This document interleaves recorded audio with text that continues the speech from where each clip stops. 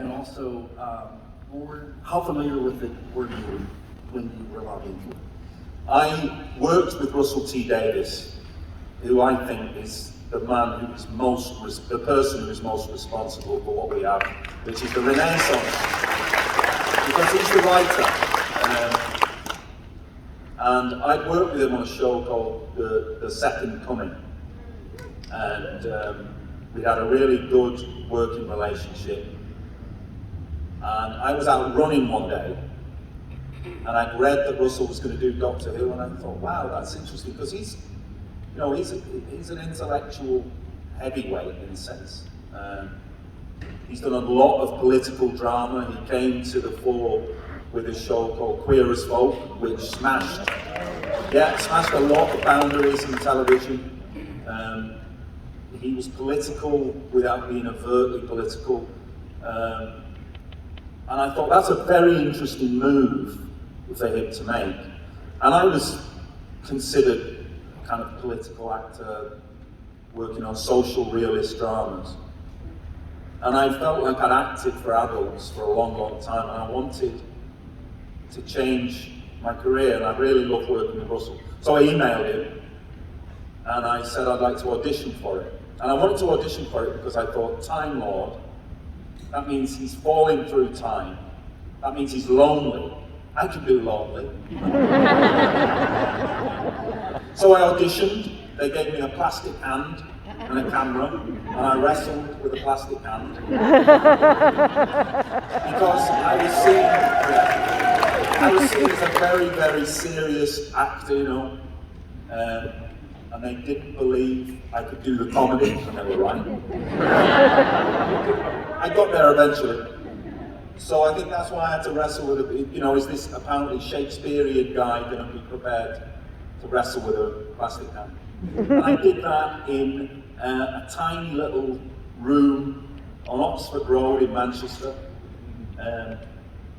And then from there I started reading with people, and I read with Billy Piper, and it was clear that Billy was always going to be the person. And there was a good chemistry, and off we went.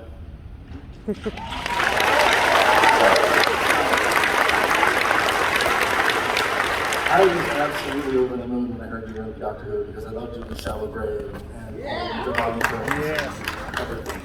Cracker. This is the part where I hope I don't get brain. Why did you leave? Why did I leave? I left because my relationship with Russell T Davies, Julie Gardner, and Phil Collinson completely broke down during the shooting of the first series, 13 episodes. I think it's fair to say that a behemoth like Doctor Who, anybody will tell you, it's probably true of Lost, it's probably true of Sopranos, it's probably true of all the big shows, that the first series, nobody knows what they're doing. And the politics are raging. You get executives at the BBC, they were very hands-off. They were like, if this fails, I don't want to be implicated. No? Wow. And then when it gets picked up, they're like, I'm responsible for this. So the shooting of the first series was a nightmare, and I was right at the centre of it. I was probably more experienced even than Russell. I'd probably been on more television and film sets than anybody. And I could see what was going on, I reported it back, and I just got silence.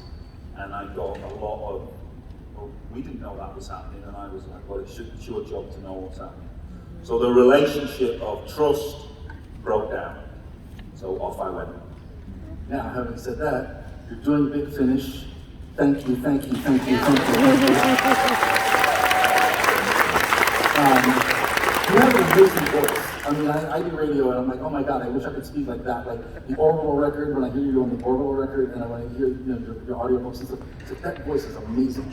And so it's perfect for the Big Finish audience. How is the Big Finish going? And what is it like being the Doctor? I loved it. I was surprised. Obviously, I've run my career on writers. You're only as good as your writer as an actor.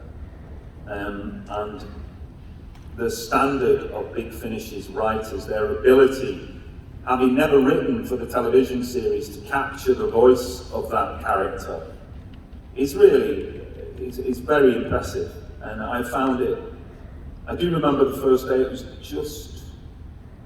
just before Christmas, a couple of weeks before Christmas, I went to a studio in this horrible industrial estate, God knows, somewhere in London. Miserable place. It was pandemic time, so I was alone. Usually when you do an audio drama, you're together with the actors, you have time to hang out, nothing. It was just me and the gentleman who was recording the whole thing. We were masked, the director was dialing in, all the other actors were dialing in. But I found myself doing it and it all came back very easily.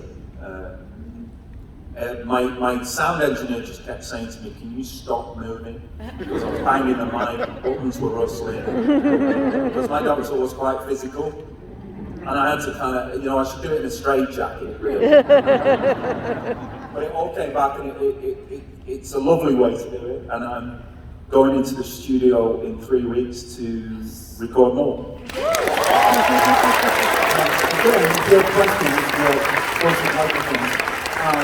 this is the last part of the trilogy of these embarrassing questions I'm afraid you'll punch me for asking. Would you, pretty please with sugar on top, come back for the 60th anniversary? That's very doubtful. My relationship with the BBC over Doctor Who has not healed. It hasn't, I hope this never happens to you, but at the time of my leaving, I agreed with Russell that I would go quietly and respectfully, and I would look after the show in publicity-wise, in terms of publicising it. And then, without saying anything to me, they announced that I was leaving. They didn't tell me they were going to do that. I was walking down the street and suddenly I'd got quite a lot of aggression. And more importantly, they should have said it. They created a quote and they attributed it to me, which said I was tired. Now the thing is about that, I found it too tiring. I didn't find it too tiring. I found it too tiring working with Russell and Phil and Julia. I didn't find it physically too tiring. When they said that, any other producer reading that would go, "Oh, we're not going to employ Chris Eccleston because he gets tired." So it was a lie. And it was in quotation marks. And I'm from Salford. You don't do that to me. So they issued a kind of apology, but it's not enough. But I'll do Big Finish and I'll come to these conventions.